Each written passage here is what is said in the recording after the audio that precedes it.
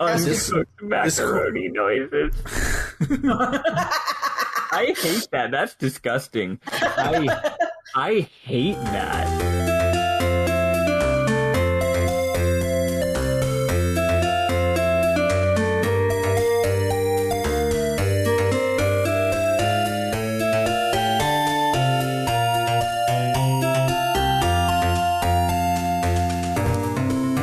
Welcome to RPG Book Club, a podcast where we play a little bit of a video game and talk about how it makes us feel. I am Sam Allman. I'm Elias Sailor Eli Warren. And I'm Maddy Grace Webben. And today we will be discussing part one of Anachronox, a teensy-tiny little slice at the beginning of this game. But before we talk about all of that, how's you guys' week? It's been like a long time since we've been able to talk about our weeks. Whole entire day. We didn't talk about our week yesterday. Oh, yesterday was a bonus episode. No, it's been 2 weeks because last week was movie night, but I had to go, so I was like, let's skip that part. Yeah. I don't remember what's happening. I've been stuck in performance hell in Final Fantasy, struggling real hard, and I'm honestly glad that I'm not going to be available for the shows that are happening on the first week of August because I'll be in New Orleans. And stuck in performance hell, the transgender experience. Yes. I really need a break from it, and I know that if I'm not going on vacation, I definitely won't take a break because I'm like, if I take a break, then they'll all forget about me. Anxiety. Yeah, it's fucking, it's the best. But other than that, I mean, I have essentially gotten those performances done. I got one of them done, and I have another that I have to tweak the timing on. But otherwise, it's finished, and it's a song called "Joystick" by Simon Curtis, and I'm filling it with additional lewd video game puns. Nice, hell yeah. Eli, I'm going to tell you the same thing I have to tell all of my other friends. Other human beings do, in fact, have object permanence. If you go off screen, they don't instantly forget about you. That's good to know. Thank you. Sounds fake, but okay. Yeah, exactly. I appreciate the reassurance. I don't believe you, but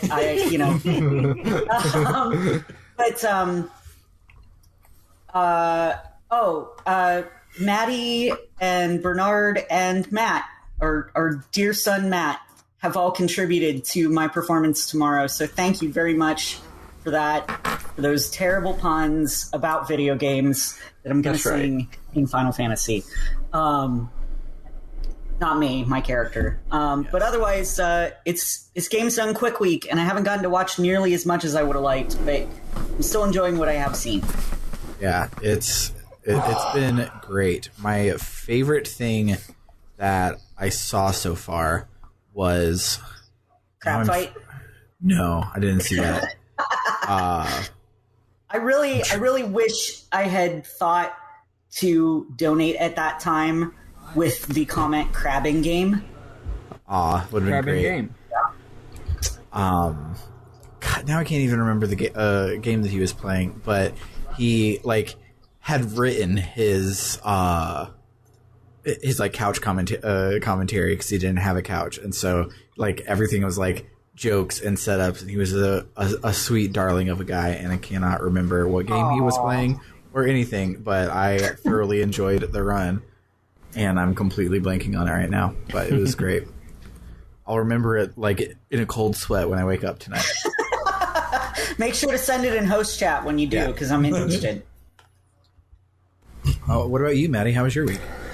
You said you had some hot shit to drop last week, but you didn't do it. It was just it was actually two minor things. I feel like a lot of stuff's been happening, but I'll elide most of it because I've forgotten most of it. Life is good. The hot shit I wanted to drop. One was just that I wanted to bump my recommendation of the podcast Working Class History from "it's pretty good" to "you need to listen to it." Okay. That's my first my first bump.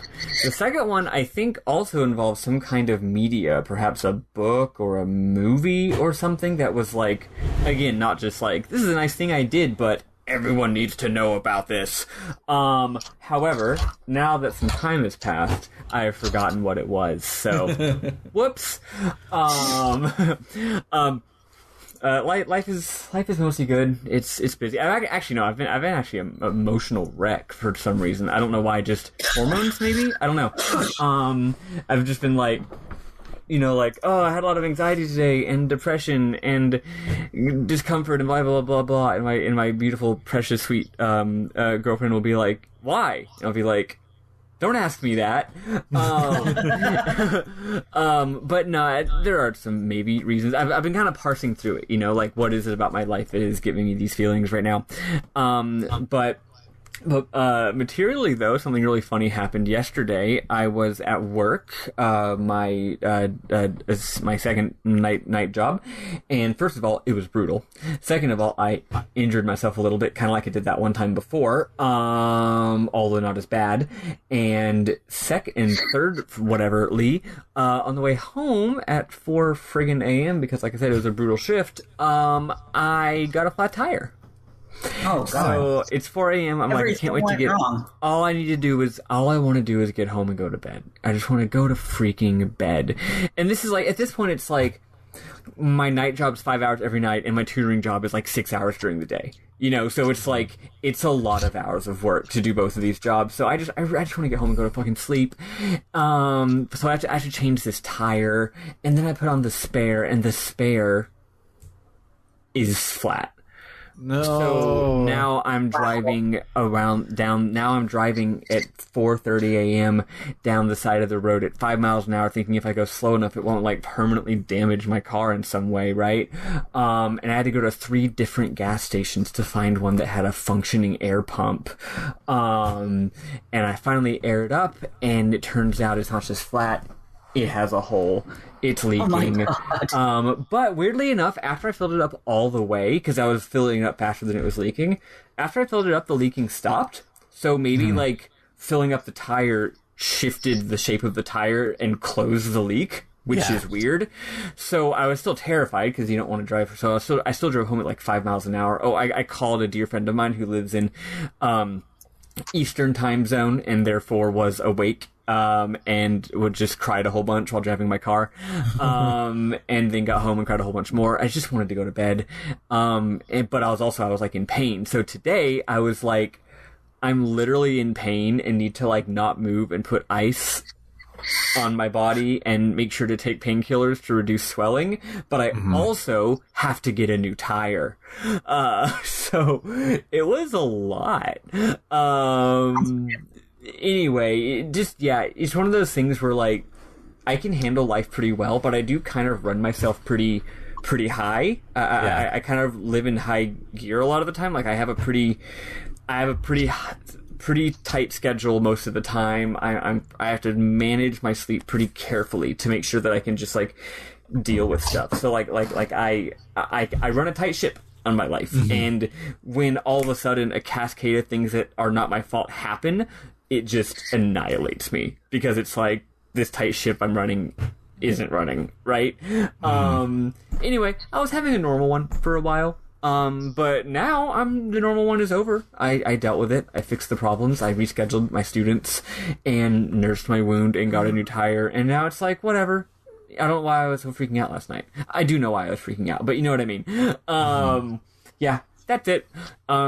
As usual, extremely cool, exciting things are happening that I can't say anything about. And life is, other than the thing I just complained about, really great. And we're playing a dope new video game that I think is excellent. Yeah. So far. It definitely should not have lost to Septerra Core. I just want to say that all from you the get-go. Septerra Core voters back in the day, fuck y'all. Although, as we've discussed, the worst case scenario would have been if it had won and we were playing Septerra Core now. I was going to say that. Like, if Anachronox had won back then, we'd probably be playing Septerra Core now. And the thought of doing that right now is best of the rest. Best of the rest, yeah.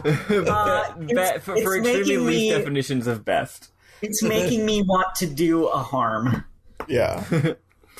I want to do a violence, just by that thought. I was thinking that as well. Like we talked about, I can't remember what game it was from year 2, but we were talking about how this game is good and we really want to play it, but it has a chance to win Best of the Rest, and this other one doesn't. So vote for the shittier one now, because we'll probably play the good one later. But there's no way we would play the shittier one later.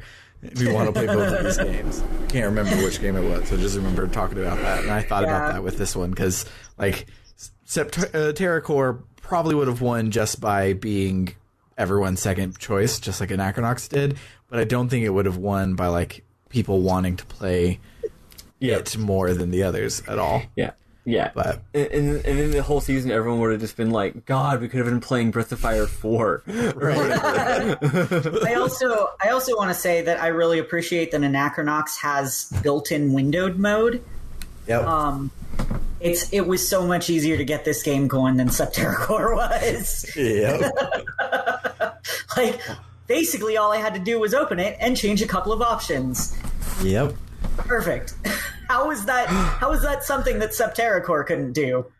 Because the id Software is still around, and Valkyrie Software, as well as every other company that made TerraCore, is not. So okay, that makes sense. Yes. Speaking of my life and things I can't share, I just got off of a meeting of me and some other people in DSA planning some really exciting thing, and part of the thing is getting other people involved in the thing, and I just got a message just now that one of our people who was a maybe has just become a yes. Hell yeah. So that's really exciting. Yes, every time we get another yes, it's just bop bop bop, racking it up. Anyway, yeah, you'll know what this is in a few months. But that literally I just got the push note telling me that. So hooray! Awesome. Congrats. So speaking of people saying yes, our dear co-host Maddy Grace Webbin will not be playing with the next game with us to start off year 3. Taking a vacation. All of us have done it so far. So it's now Maddy's turn. So I am looking for someone to guest host, and I'm opening up, speaking it on the air. We have a lot of people, like our friends, that can fill it up, but unfortunately, all of them are white men. And I'm kind of tired of listening to white men as being a white man that never shuts up. But so I would love, if you are not white or not a man, and you would like to spend 8 weeks talking about a video game with us, you can email us at rpgbookclub@gmail.com and like introduce yourself, and we'll chat. And if you're cool, you can come and hang out with us. I just figured I would open it up instead of me having to do all of the work cold calling people on Twitter. There's probably someone listening that would love to do it. I have someone that I might ask. Yeah. Who is white but not a man. Yeah, you don't have, if you're not both, that gets you points. But as long as you're as long as you are not both. That sentence used the same word to describe two different states of being, and I hope that both of y'all understood that. I got what you were. Luckily, luckily, human beings are able to parse context, so I'm good. But as for my week, I finally discovered something that kind of works to keep me on task, because that's a really hard thing to do with ADD, because like Maddy, I have a lot of irons in the fire, but unlike Maddy, I do not run a tight ship. I run a let's just pause and do a 15-minute Sudoku puzzle ship, and that's not very productive to get this stuff done. And because of that, I've alluded to it several times that I've been editing these videos for my brother, because his wedding video business went under because of COVID, and so I'm helping him get everything zeroed out. And so I had a bunch, 8 weddings to work on, starting in November is when I started it, and like the first one took me like 2 months. The second one took me 2 months. And it was like, I'm going to be doing this for the rest of my fucking life if I don't stop not doing it. So I found her name on TikTok is I think it's Imperfect Inspiration. Yes, it is. It's on the bottom of the thing. But she makes like planners, like physical planners for people with ADHD, and she like breaks all of the rules of like what you need in a planner to just kind of break it down and do it, and it's actually working really well for me. So I highly recommend it. It's imperfectinspirations.com if you, like me, struggle at doing anything when someone hands you a big chunk of time for you to do things, and then you get blank page paralysis with a day. But it's so that's how I like plan out my day. But how to keep myself from just doing Sudoku puzzles or editing my Plex server to make it look all nice and pretty and stuff, or stuff like that I just accidentally lose hours to, is on my phone with iOS shortcuts. I made automation that anytime I open any of my problem apps, it sends Summer a text that says Sam is not on task, so she can come and make me get back on task. And then like even without that, she just will check on me several times a day and just ask, hey, are you on task? Are you are you using your time wisely? Because most of the time I am looking up a rare Super NES game that just got a fan translation, and I want to understand what it's about so that I can talk about it in casual conversation, and all of those other things that keep me from doing it. And so I've been doing a lot of boring shit, which is editing weddings, but I've been doing it in a fun new way that I thought I would share. Hell yeah. Nice. Yeah. But let's listen to some music from this game. I unfortunately had to play most of it muted because I did it on the clock. So I don't know any of the music from this game, but I'm sure there's some good stuff. So let's listen to it, and then we will talk about Anachronox.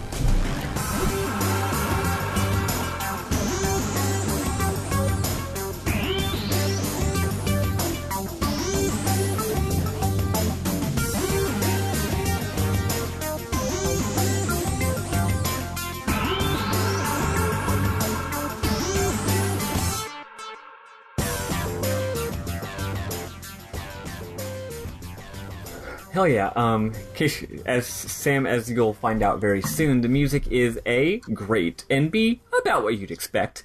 Okay. It's like ambient, but still cool sounding electro noises. It's dope. I like it a lot, but you will not be surprised when you go and look up the soundtrack. So, Anachronox is a video game by id Software, released in the year 2001. And just to give you an idea of what this game looks like, it has FPS level design.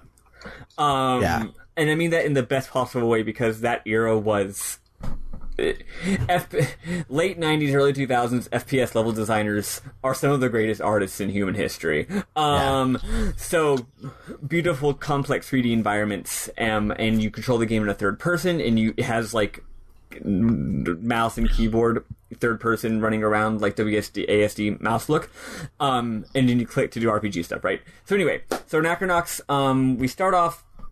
I'll skip past the title screen because that's my mom. And the title screen is amazing. And we start the game, and right off the bat, we get we see a spaceship out in space, just some kind of thing floating out in space. It's a very weird looking little spaceship thingy. And then the camera zooms out, and the spaceship is next to this enormous, like, sphere. It just looks like a giant metal sphere, like a Death Star kind of thing. And then the camera zooms in, and then there's a cut, and we're now inside of the giant metal sphere. It turns out it's mostly empty. It's an empty space inside of the sphere. And inside of that, and at the center of that sphere is another sphere. And then I mail that sphere to myself, and then I smash it with a hammer. Or to save on space postage. Anyway, so this small space sphere inside of the bigger sphere is... We zoom in closer, and we see that the whole thing is covered in Metropolis, but also the pieces of the metropolis are like shifting around, like it's the game The Amazing Labyrinth or something. And we zoom in even more, and now we're in sci-fi zone. It's just super cyberpunk, just every sci-fi, extremely high sci-fi trope you can think of. Spaceships, lots of aliens, weird powers, tons of made-up words, extremely cyberpunk, just everything you can think of. And the camera, as Sam mentioned in the chat, is going wild. Hog wild.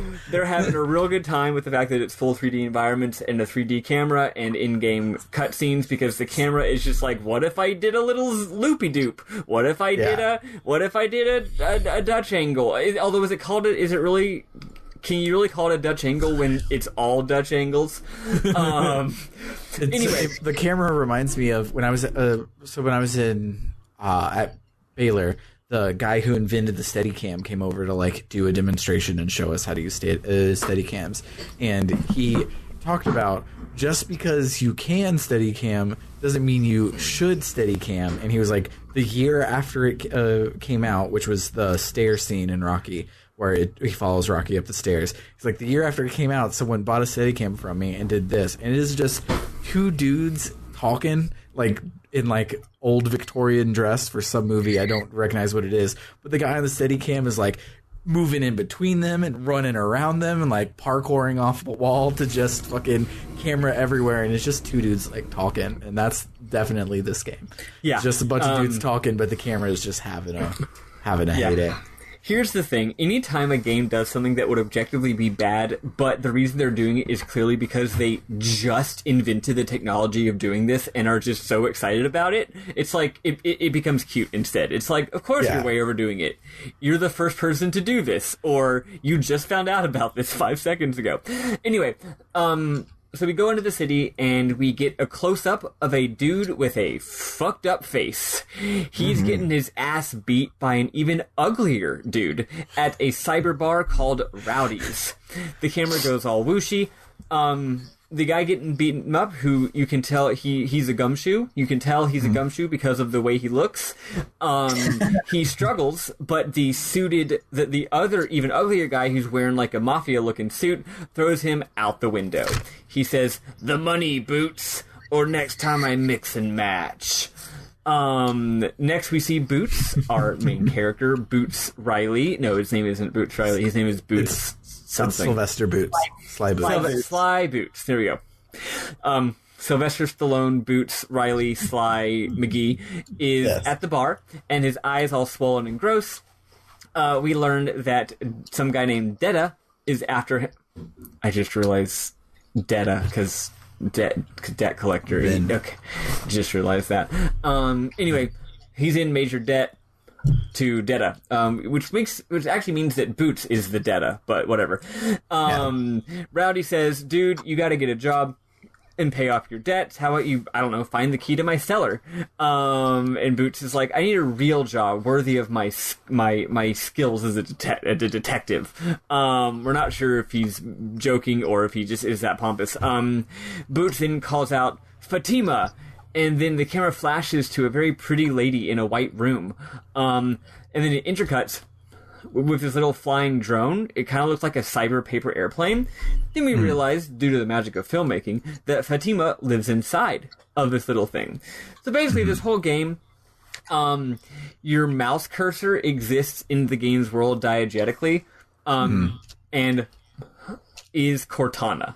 Yes. So what if Cortana was a flying mouse cursor, and she lived inside of it instead of your head? Also, apparently she's dead. If you look at the game's manual, which I'd recommend, by the way, this is a game of the era where you should read the manual. It's not that the game's that complicated, but reading the manual definitely cleared up a couple of things, especially involving just like the basic control scheme of the game. She's like she used to be his what do you call it? His like, secretary or whatever, and then she his business associate, and then she died, and then he like put her brain into this thing, and now she's alive again. So Fatima owns Boots for being a lazy, shitty bum and tells him he's not a real detective and he should just give up on being a detective. He says, no, I am a real detective. So she says, fine, then get a fucking case already, you loser. Now we get to play. So we here, I'm going to be looping in things that we learn about the world. That I think are important enough to not just be mim moms. So here's some things that we learned from the oodles of, in my opinion, extremely well-written NPC dialogue. So it turns out, Detta is... So we're here on the city of Anachronox. This whole sphere is the city of Anachronox. And we're in a place called the what do they call it? The Bricks? The Bricks is the area that we're in. So probably just like the shitty district, right? So it turns out Detta is a big deal. There used to be a couple of different crime lords, but literally just a couple of days ago, the other ones all got busted. So now Detta's the only game in town. Apparently, there's this stuff called Mistech, which I'll spoil it. It's magic spells in this game. Actually, I'll talk a little more because this is actually in the manual. The world of Anachronox, it's like ancient aliens built Anachronox, and now people live there, and they live on it, but they don't know how it works. They just live there. So, the fact that it's always shifting, the city's always shifting, there's creatures that are unknown. I just realized it's the Citadel in Mass Effect. Yeah, it's the Citadel in Mass Effect. Everyone lives there, but no one understands how it works. It just runs itself. In addition... Mistech is ancient alien technology that people know. They learn enough about it to use it to cast magic spells. Anyway, there's Mistech in the Mistech mines. And in case you're curious, yes, a mine is in fact this game's first dungeon because it is a JRPG after all. We don't go there this week, but we're gonna. So Detta forces people to work in the mines in order to pay off debts. But he's having a harder and harder time finding people to go because oftentimes when they go, they don't come back. It's kind of like when you want people to come to work at McDonald's, but you're only going to pay them $8 an hour, and they're going to get COVID. And so then no one wants to do it, for obvious reasons. So anyway, Boots also used to live on some place called Cortica. That's something we learned. We also learned that Boots has a little robot buddy named Pal 18. The manual tells us he's a party member. But currently, Pal 18 is out of commission because Boots can't find any size B batteries. This game's writing, it lands on the side of good, but it gets there through the trying too hard to be good so you're kind of bad at it way that like everybody who thought they were the next big writer in the late 90s wrote, and it just becomes so charming and good, and it sells you on it like right away.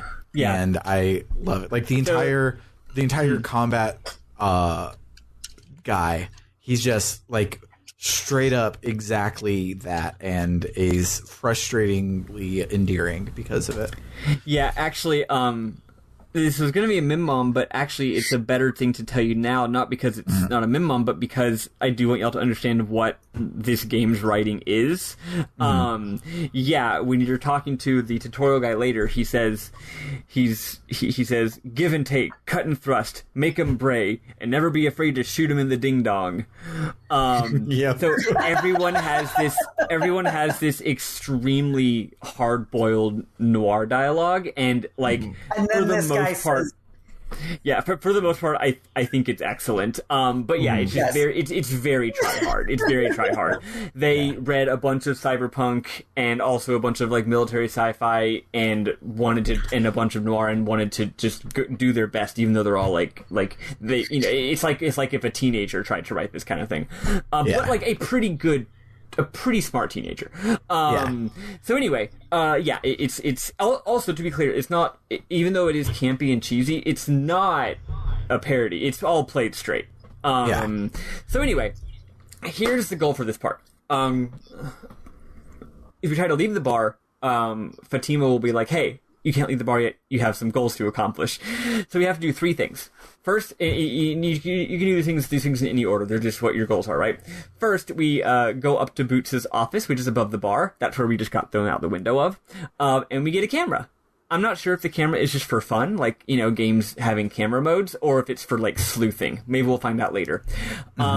If we go into Boots' office and then see another door, we'll see that the door is locked.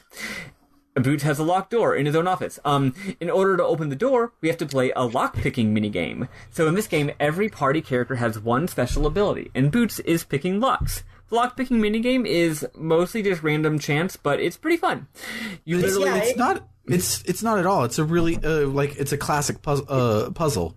It's like what I mean is it's random chance if you get close enough to where it's supposed to be, and if the game gives you enough time to do it, is what I mean. Like it's guess and check. Well, no, it's not guess and check. It's like this puzzle has rules to solve it. Like you guess a number, and then you guess the number 5 away from it, and that will give you information, and then your third guess you'll get it.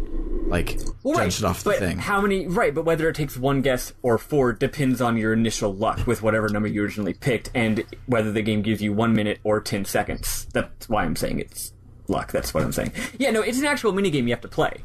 I'm just saying it's either easy or impossible, depending on your lockpicking level. I never had any different time.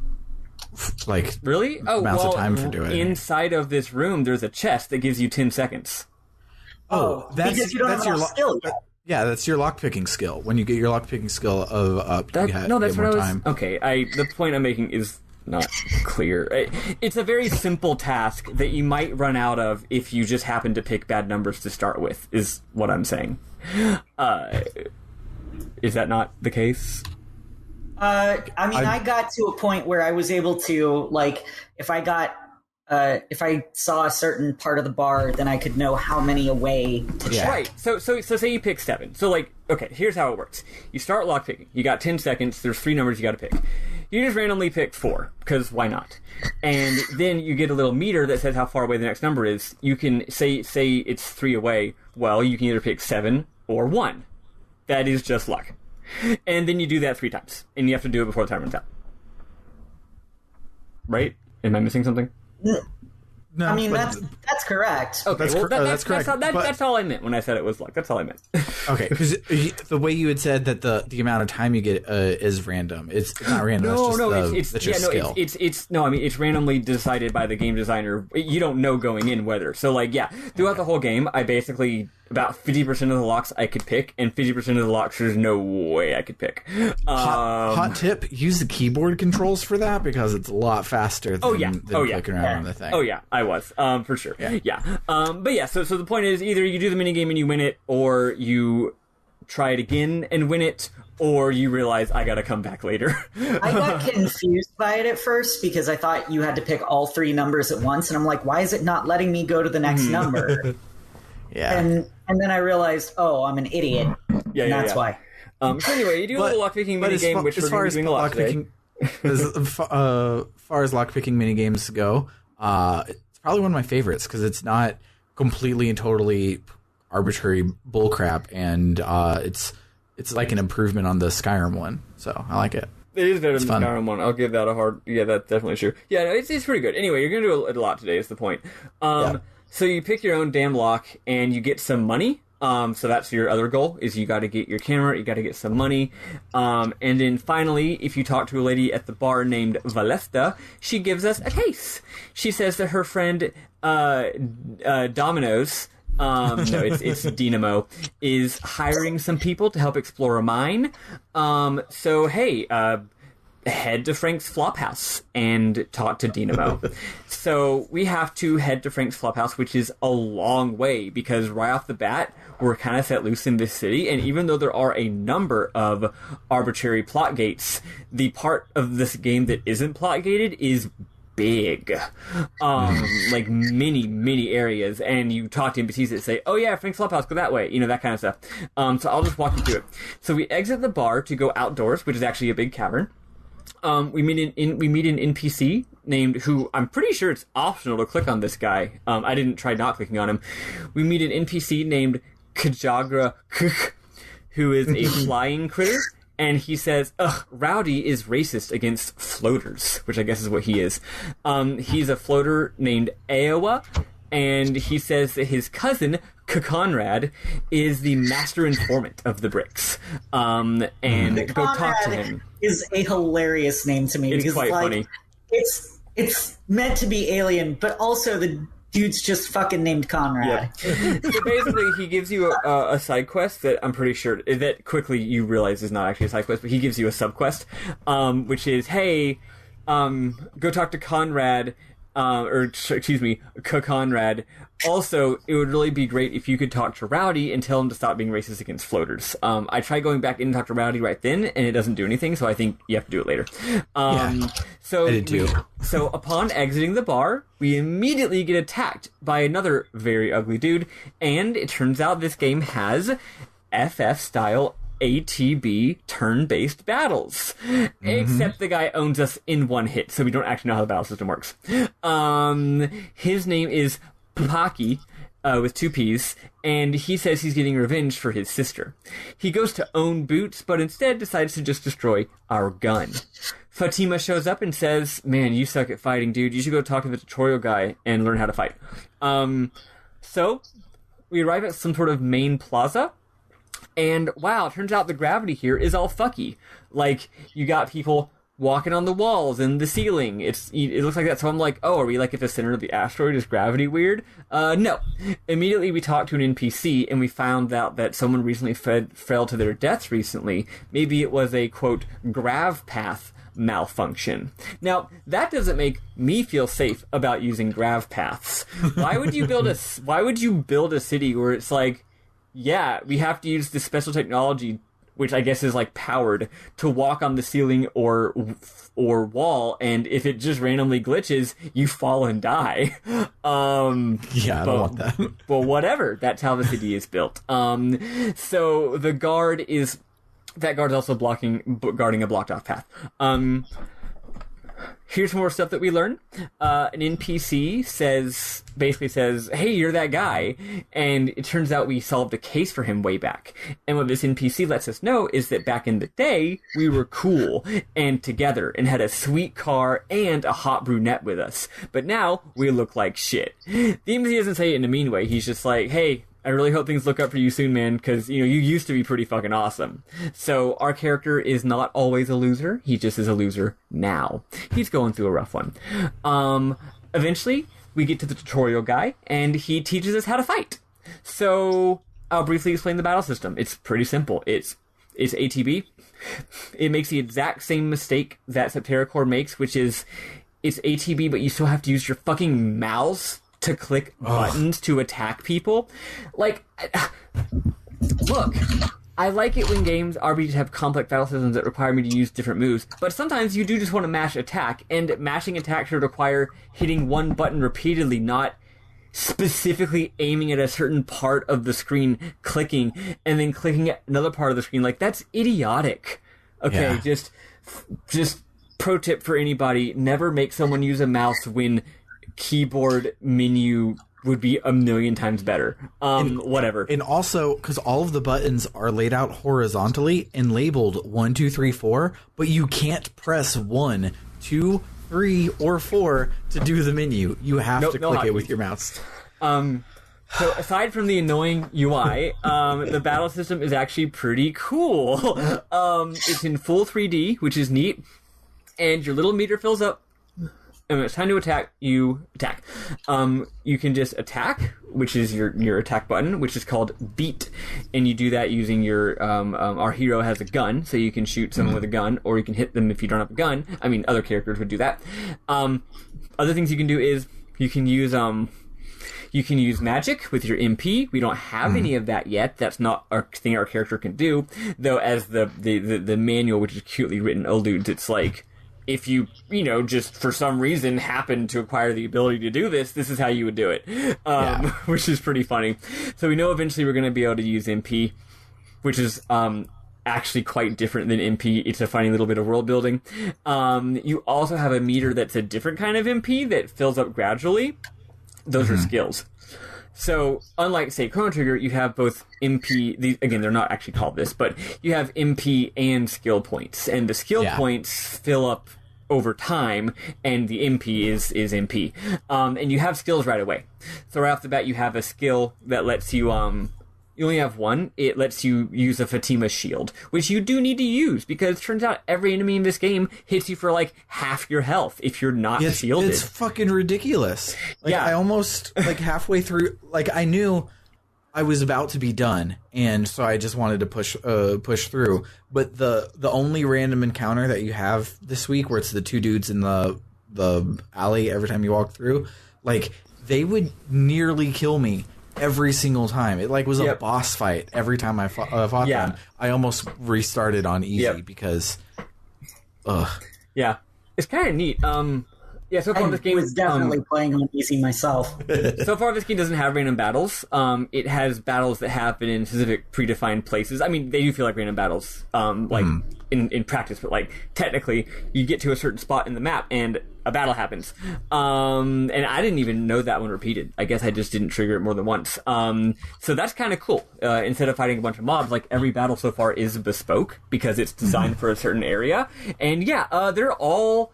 The very first real battle you get to after the tutorial almost killed me.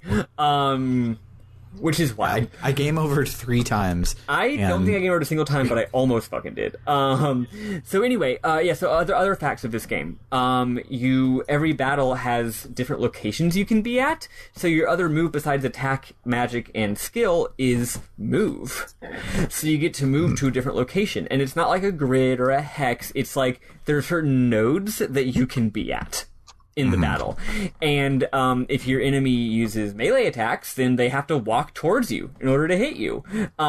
So far, the only time I've really used the idea of moving around to avoid enemies was in the tutorial battle where they teach you to do that. But theoretically, it becomes a thing later. Also, there's like a use skill. So in the tutorial battle... there's a battle where there's like a lever you can pull, and first you got to move to where the lever is, and then you got to pull the lever, and it made like a electric laser appear in the middle of the battlefield, so the enemy couldn't get to you. So it seems like there's a lot of interesting strategic stuff that will be a thing in this game later. But it is largely like it feels like you're playing a 90s JRPG, even though it is very explicitly a extremely Western video game aesthetically and tonally. It's cool. Cool. So anyway, we do all that. We learn how to fight. So then we keep exploring, and we get into a battle. You win, but it actually was quite dangerous.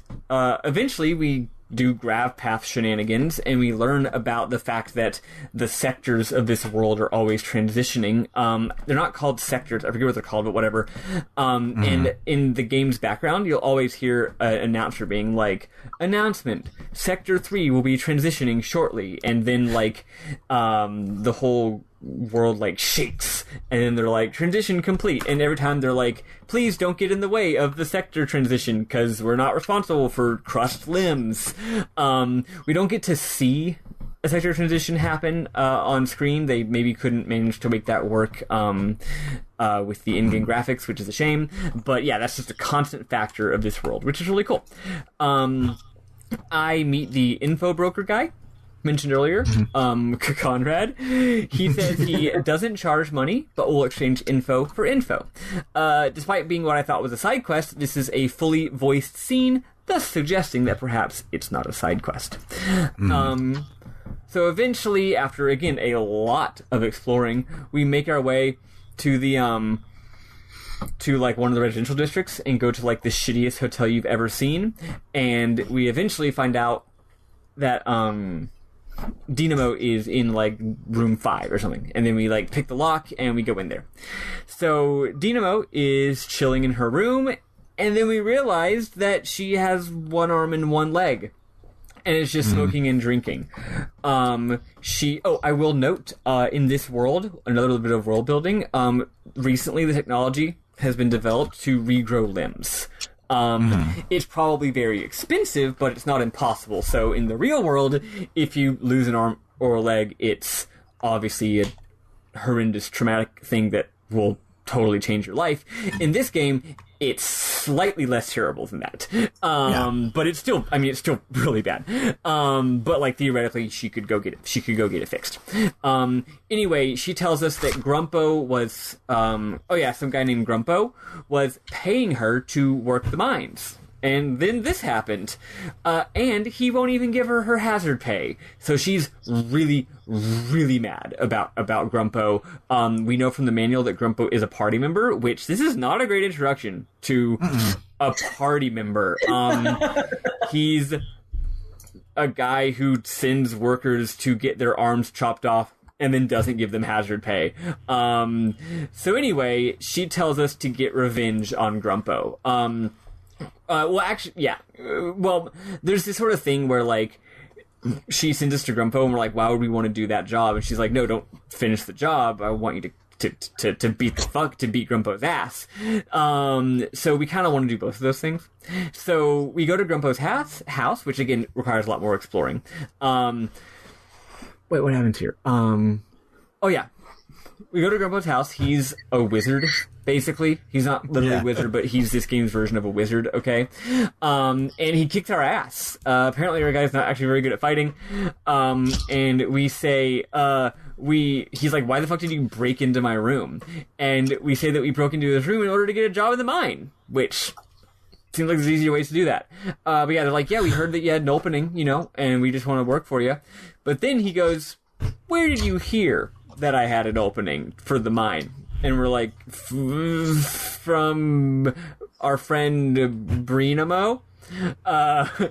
Once we say that it's Dynamo, he realizes why we're really here, which is to kick his ass. He says that she's a shitty thief and he ain't paying people to fail at their jobs. Again, he's not a good person at all. He exits a different door and starts walking up to kind of like a balcony, and we follow him and we plead. We're like, we're your guy. We're your guy. We can do this job. We're going to be great. And remember, the reason why we want to go to the mines is literally just to get some money. That's why we're doing it. Then we find out that he has an entire lab of mistech. All kinds of wild doodads. He says, my life's work is studying mistech, unlocking the mystery of these things, but I need just a little more. Then he says, how can I know that you're any different than the last person I sent? AKA Dynamo. He says, again, this whole time he's just saying how much Dynamo sucks. He says we need to prove ourselves by bringing him the head of a guard. Sorry, not the head. Bringing him the helmet. That's obviously very important. He's bringing me the helmet of a guard, but, implying go kill a guard and bring me his helmet. That way you can prove that you're a badass. Yep, and that's it. So now our next quest, and we are approaching the end of this week, is to go and find a helmet. So we do even more exploring. Again, this area is enormous. We end up finding an area that is like basically a bunch of docking bays. It's 4 docking bays with elevators. So you see spaceships coming from outside and landing and stuff. And we find a guard. And there's this utterly hilarious scene with the guard. And I was just exploring. I didn't know that this guard had the helmet. Actually, I misread and thought I was supposed to get the head of a door lord, which is a different thing. So I didn't realize I was actually getting a helmet of a regular guard. So the scene goes like this. I'm going to share it that we understand how it goes. Here we go. So we find a guard. Also we have to find a level 5 or a size 5 helmet, or something like that. So we find this one random guard, and he tells us this story. He's just like, hey man, and this is like a repressive police state. So the guards could beat your ass for any reason, but also some of them you just talk to them and they're like, hey, you know what I mean? It's that kind of thing. They're not going to beat your ass. They're not paid. They're not intentionally out to kick everyone's ass and be heard and stay repressive, but like they can, they're also just like guys. So anyway, you talk to him and he basically is like, man, what am I gonna do with this? It's funny because again the whole idea is we're gonna kill him and take his helmet. So it's this funny scene where he's like, man, what am I got this size 5 helmet. It's not mine. I'm not wearing a size 5 helmet. I've got this size 5 helmet because this other guard gave it to me to hold on to. For some reason, I forget. And you basically have 2 dialogue options. The first one is like, prepare to die, asshole, and presumably that leads to a fight. I didn't click it. You click the other one, and it's just like, hey, you mind if I have that helmet? And he goes, sorry, partner, it's not mine to give. But I'll tell you what, they give away free sandwiches and goodies to people who are down on their luck at the Salvation Surplus on Skid Row. And you can say, sandwiches? Funny, because I got a meat hook sub with your name on it, which, again, presumably leads to combat. Or you can pick, but I really need a helmet, officer. Have pity on a poor unemployed loser. And if you say that, it's this lengthy scene. And eventually he basically starts to, like, give you a motivational talk where he's like, hey man, you can't just go asking for handouts. Like, you need to pull yourself up by your bootstraps and work hard, and eventually you'll be able to get better. And of course that's stupid, awful advice. But if you pretend like you're just accepting it, he'll keep talking. And eventually he's like, life gets easier when you put things in... He says, like, how are you feeling? And you basically say, yeah, you're right, man. You know, maybe you're right. Maybe I should just rethink things. And he goes, see, I told you, life gets easier when you put things in perspective. And you can say, you want perspective? How about the pavement? Or you can say, life gets easier when you give me that helmet. And then he says a few more things. And then eventually he says, life is what you make it. You can either be happy or depressed. And you can pick, I choose to be happy, I choose to be depressed, or I choose to kill you. Again, I chose to be happy. And then after a few more dialogue options, he finally is like, you know what? Here. Take this helmet. Good luck, man. You go get him. So we finally got the helmet by picking the dialogue option that didn't result in a battle like 50 times. It's a really good great. scene. Did any of y'all actually engage in combat here? No. I did not. No, I just... I should have just known. I need to just assume what everyone's obviously going to do because it's clearly the more interesting choice, and then not do it next time. That way we don't all do the exact same thing. But yeah, so we get the helmet. So we go back and we talk to Grumpos, and he's like, "You're hired. I'm going to join your party." So he joins our party. Again, I don't like him at all. He sucks, but he's joining our party. His special ability is Yammer. Apparently, he just talks people's ear off. I didn't use the skill because I saved immediately after getting the party member. He says getting in is going to be trouble. He also gives us a babblefish. This game's version of a babblefish. Yeah. Which he got out of the helmet. So it turns out the helmet wasn't actually to prove our worth. It was because we need it in order to understand languages. I just realized the whole time I was exploring, there were sometimes NPCs that spoke gibberish, and now I can talk to them. Oh man, I gotta go back and talk to them. We're exploring together. Oh man, this game's got really good exploring. Anyway, the reason he says getting in will be trouble is because of some world building that I did get to in this game, and I was going to share this interesting world building, but since it turns out it's relevant to next week's quest, we'll wait till next week to talk about Door Lords and the interesting plot surrounding them. And that's it. Yeah, not much happens this week. Literally, the inciting incident of the plot, whatever it is, hasn't happened. But we've got a shit ton of world building and also lots of scenes that are both interesting and funny and all kinds of stuff. So yeah, that's it. Let's play some more music and then do some miminy mominies.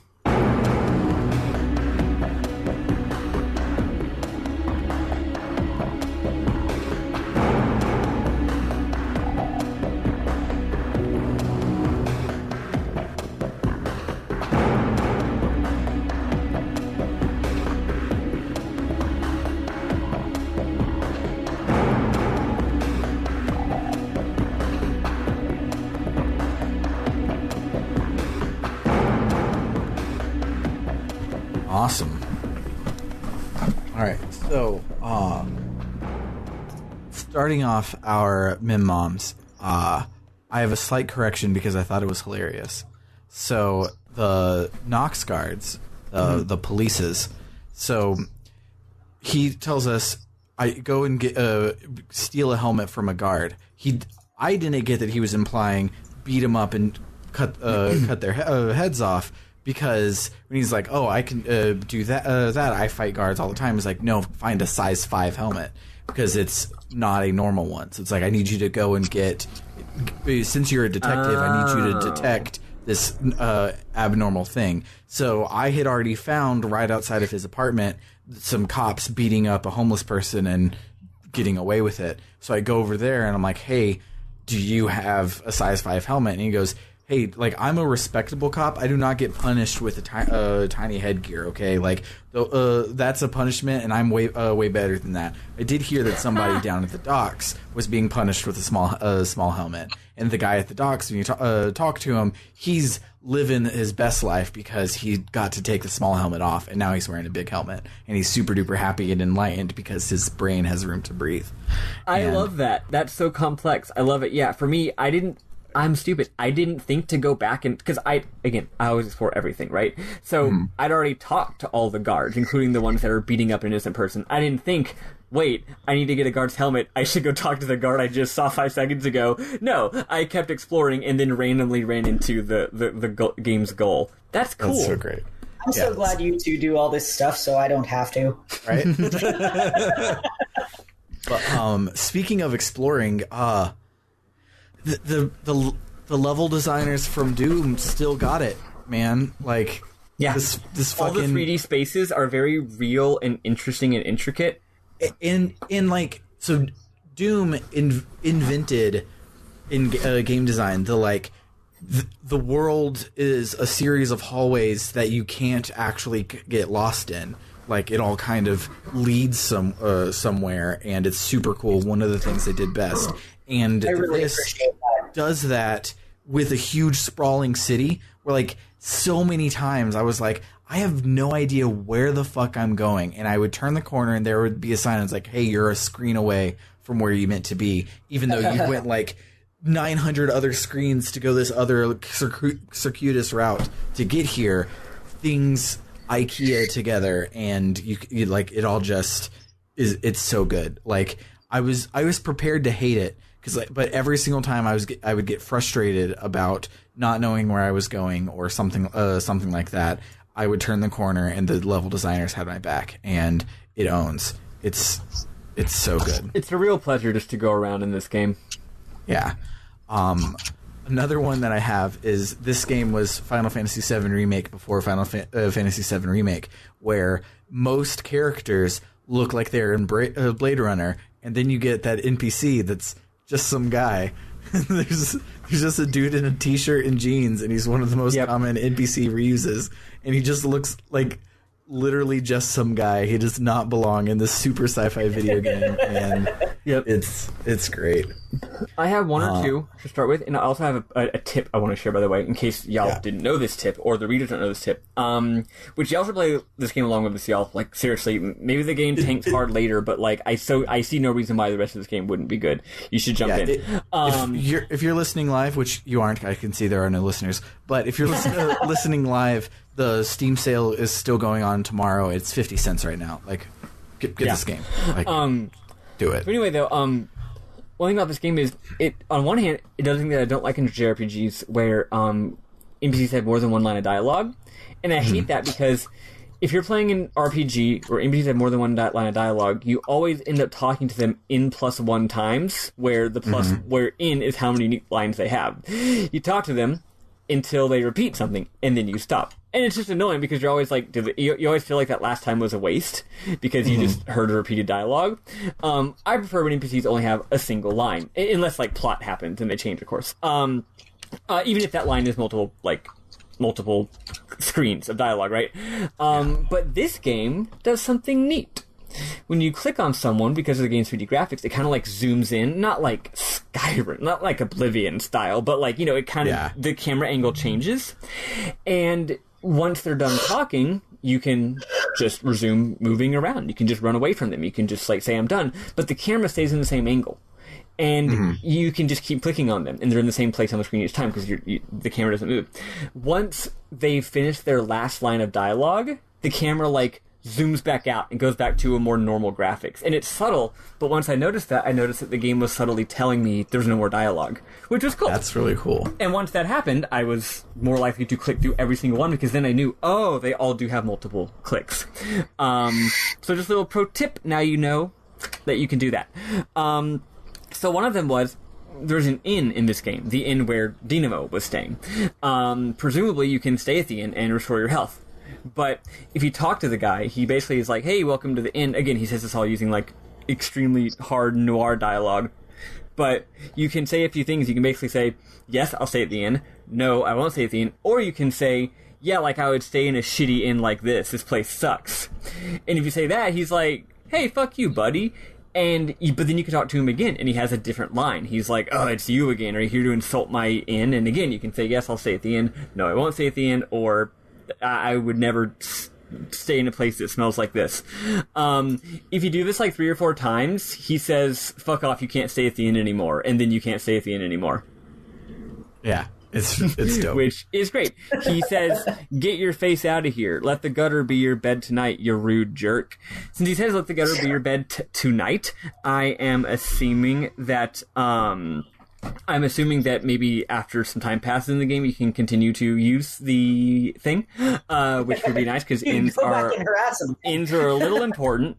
So that's one of them. Another one I'll share is that this game's like hard-boiled dialogue.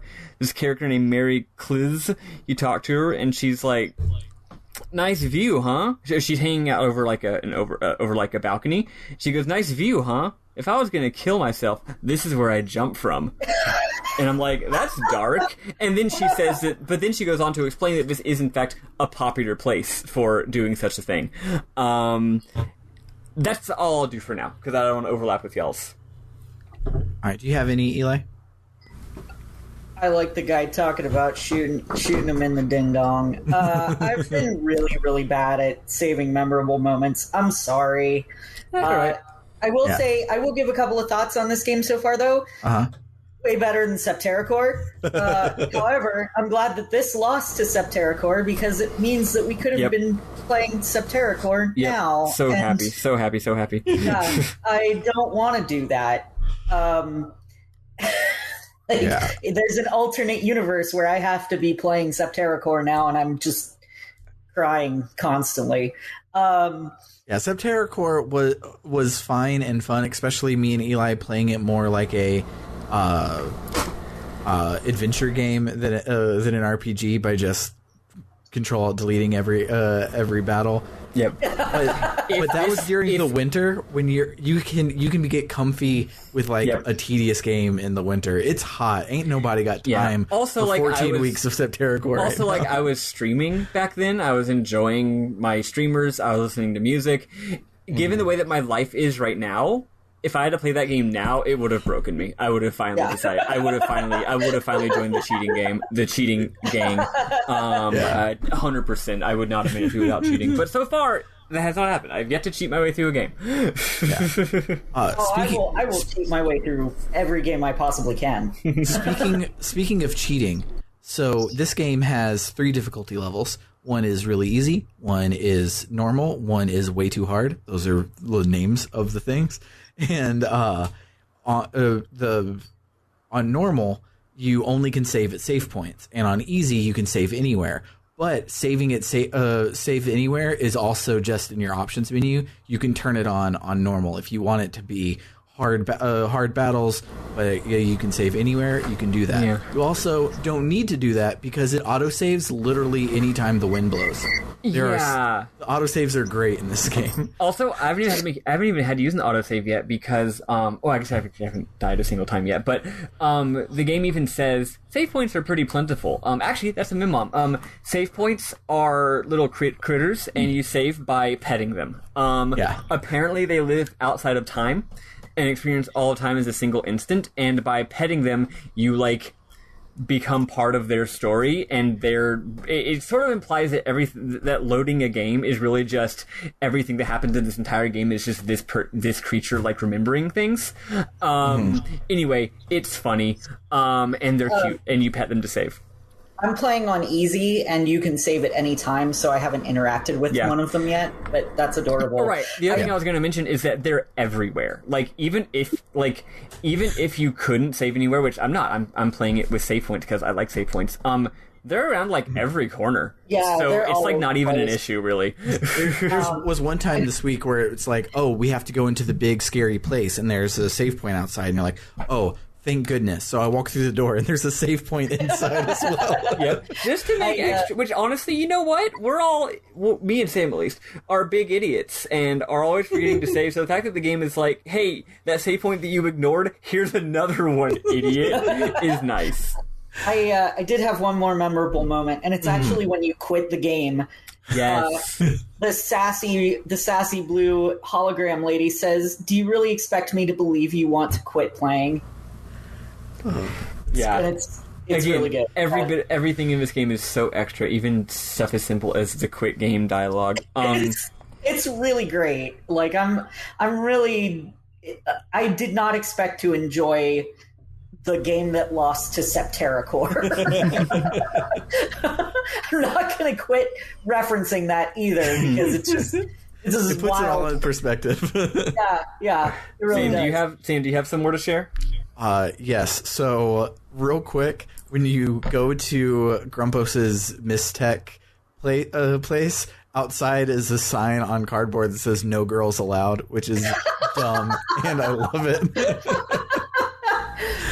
And then, yeah, which is hilarious. Like, first of all, it's a funny line of dialogue, but it's way funnier when you realize, oh, this is gating ants. There's ants, so you might not want to walk in that direction. Like, this game's idea of what bullshit. Well, that's the trope. The Snorlax blocking the way. Yeah. This game's version of there's a Snorlax on the path is there's a guy on fire running around. My final one is the announcer that says that everything is moving has way too much delay on, like, the delay as in the guitar pedal, like, delay effect on his voice to make it echoey. I can never understand a goddamn word that it says. I pieced together from context clues that he was probably announcing that the plates were shifting, because all I heard was ping-ponging around in my ear, in my headphones. Weird. And I never understood it You had whatsoever. the audio. You had the mod that changes the graphics and also gives better audio, right? I have not. Did you do that? Did that fix it? No, I didn't, and I had no problems. I didn't know there was a mod like that. Yeah, I dropped it in the chat when you had asked if there were mods needed to make I didn't bother replying. Well, I did not pay attention. You might need to do that again, because I'm curious. One more that I have. This is a very tiny one. When you go to the shop, and you can buy these different, items that are potions. They're not named potion. They're named like bio whatever, like stupid sci-fi names. The little critters are called time minders, and the Phoenix down in this game is a time minder tier, or. Actually didn't quite get a good picture of it, but it might be Time Minder tier. But what I did get a picture of is the flavor text, which is, I love this, because so many RPGs are like, are they really dead? Are they unconscious? We're very vague on what being dead in combat means. In this game it says, resurrects a deadish character and restores some hit points. There's like, they're dead-ish, which ironically is the best, like, that's actually the best way to explain that than saying, because if they're actually unconscious, it's like, well, how's it different than a sleep spell? If they're actually dead, it's like, wait, you can revive people in this world. It's like, no, they're mostly dead. That's what it is. And they're like, oh, that's actually, that's fine. I'll buy it. It's fine. I'll buy it. I love that. The final thing, I would be remiss if I didn't talk about it, but the pause menu is fucking amazing. It is. Okay, I'm glad that you can explain that, because I was going to, but then I forgot to take any pictures of it, so please go for it. Okay, so the pause menu, like many good pause menus, there's a hotkey for every tab, but you can get to every tab if you press the wrong hotkey. You can just click it on the side, and I love that. But it's like everything moves mechanically, like it's an actual thing you're dealing with, and there is a whole lot of like N64 graphics, because that's kind of what this game has. What it is. it's better than N64 graphics, but only because of the texture quality. Like, polygon-wise, it's definitely N64 feeling. And it's like swirly, swoopy stuff for no good reason, and everything just like chonks and moves to like go through the different menus. Like, the menus are on like little pipes up in the left corner, and you click on one, and it like physically like rotates, moves down, like It's so much. down. It lets you go. It is way too much, but it's a good way too much. Kind of the way that Persona 5's menus are like ridiculously over the top for no good reason, but you love it because it's great. Like, functionally, it's a party menu, a save menu, etc. But it's so much fun to fucking click around on. One of mine, if you talk to a guy at some random NPC, I think he like works at like a reception desk or something, and anyway, he basically just tells us that like he's got a boring job and he's been spending his time learning how to draw and doing little doodles, and I'm sharing a screenshot. Then you see a little doodle, and he goes, "Yeah, I'm not very good," and this is one of the worst drawings I've ever seen, basically. His version of a person it's like a stick figure, except with Coach Z from Homestar Runner's head. And then there's like a thing that's like, I guess it's like a little cat, but it's got Is it like... meant to be the same picture? Maybe? I have no idea. Anyway, it's extremely funny how this guy's terrible at art. In addition, there is the saga of Flingbot. Love Flingbot. If you go to the central fountain, which isn't really a fountain, it's basically the how halo arrays are always shooting these big lasers across to the other side of the halo array. It's a forerunner. It's a Forerunner installation that shoots a big laser. No one knows what it does because it was made by ancient aliens, but they just all call it the fountain because it looks like a fountain. And looking at the fountain, there's these two NPCs, one of which is just like a guy, and the other of which is a little trash robot who's like half height and cute. And you talk to him, and his name is Flingbot. And he's like, "Hey, give me something and I'll fling it. $1 for $1. And he's like, give me your gun and I'll fling it for $1. And then you talk to him again, and he's like, "Or give me your hat. I'll fling that over the rail into the fountain for $1. And you keep talking to him, and eventually he's like, "I'll fling anything for $1. Doesn't matter the shape or size. I'll fling it right over the rail for $1. So you keep talking to him, and then he goes, "You know what? I'll fling myself over the rail because he just gets so worked up about flinging stuff. He's like, "I'm going to fling myself over the rail," and then his friend is like, "I really don't think you should do that." And then, without even a dialogue or anything, the game goes back to like, we're in control now, and in game, in real time, he just jumps over the rail, and then he gets sucked up into the fountain laser, and then he explodes. And then you talk to the guy next to him, and he goes, "He was my friend." So that's the saga of Flingbot. That's so sad. He just got real worked up about flinging, and F's in the chat for Flingbot. F's in the chat for Flingbot. Exactly. It's just, but like, there's so many little interactions like that in this game. So if you're gonna play this game, feel free to talk to every goddamn NPC. I had 2 more, but I'm not gonna share them. It's fine. There's a billion of these. Okay. Anyway, yeah, that's this game. Thank you all for joining us. We're going to be here probably for 7 more weeks with this game, probably or so. In case you weren't paying attention, we are also going to be releasing right around the time this is released our bonus episode on Dandy Dungeon. Have we announced what our next bonus episode is yet? You mean for Last of Us?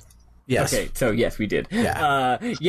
Very soon, like probably in just a few weeks, we'll be recording an episode, probably 1 of 2, on The Last of Us. So get excited for that. Hell yeah. Also, if you like bonus episodes and you just want a shitload of bonus episodes, you can head on over to www.rpgbook.club and donate on our Ko-Fi to get access to the Book Club no Kaseki bonus episodes a month before everybody else.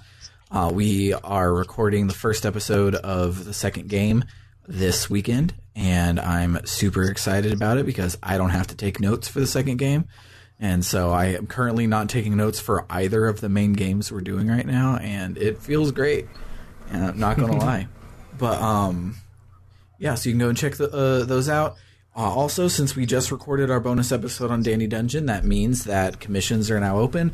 If there's a game that you really want us to play, that's short-ish. You can commission us to do an episode, and those are also ads. So we will pimp whatever you need us to pimp and play a game that you want us to talk about. It's a grand old time for everybody. Just know that like you paying for it and us getting around to playing it and recording it may be 6 months, like it was for Bernard. It is not a very timely thing. So if you want us to pimp something that's happening this week, it's not going to happen. But yeah. I think I said all the things. Next time we will be playing until a dramatic scene that has to do with the High Council and a robot friend. And after we do that, we will decide to head off to the Hive. So if you get a scene talking about the Hive, then that scene you just passed was the one we were looking for. So big scene with the High Council, not doing anything about the Hive. That's where we're stopping. So for RPG Book Club, I have been Sam Holman. I'm Elias Sailor Eli Warren. And I'll fling anything for a buck. For a buck. Bye, everybody. A better skew. Fuck you.